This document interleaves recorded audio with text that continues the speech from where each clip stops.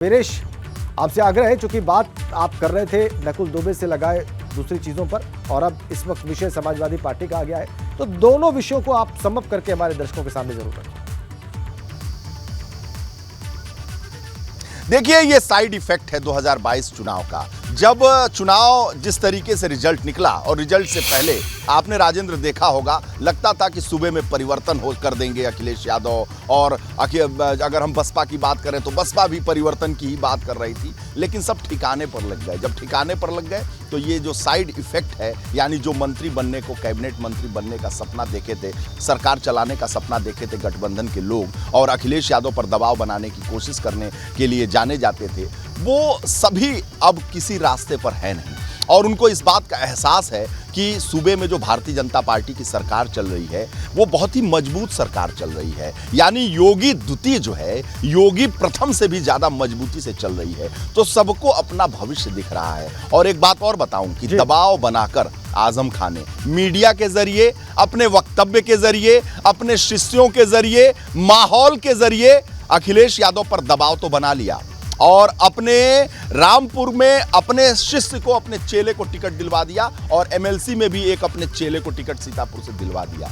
लेकिन अखिलेश यादव बहुत दबाव बर्दाश्त करने वाले नेता नहीं हैं। आजम खां और अखिलेश यादव के बीच जो गंगाराम हॉस्पिटल में वार्ता हुई, उस वार्ता के अंदर की खबर आपको बता रहा हूं कि आजम खां से कहा अखिलेश यादव ने कि बहुत हो गया, अब बर्दाश्त नहीं हो रहा है। तो आजम खां ने कहा कि नहीं, मैं आपके तो साथ हूं, लेकिन अखिलेश यादव ने यह भी कह दिया कि अब ये चिल्लर पार्टियों का दबाव जो है आजम भाई बर्दाश्त नहीं कर पाऊंगा। आजम साहब, ये चिल्लर पार्टियों का दबाव अब बर्दाश्त नहीं कर पाऊंगा। ये जिस रास्ते पे जाना चाहें जाएं, संजय चौहान जाए, केशव देव मौर्य जाए, चाचा हमारे सगे चाचा जाए, जहां जाना चाहे जाएं, हमको राजनीति ऐसे ही करनी है और जिसको जो करना है वो कर ले।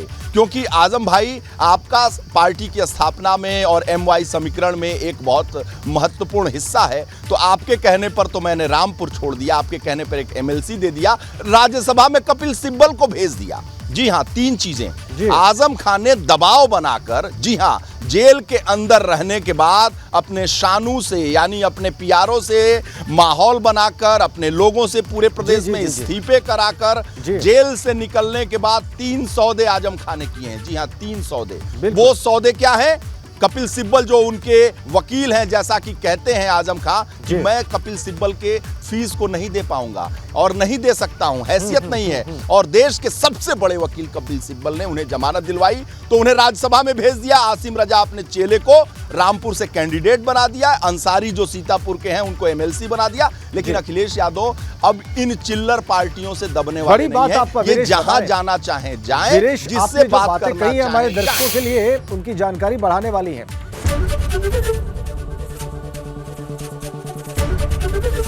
ABP गंगा, खबर आपकी, जुबान आपकी।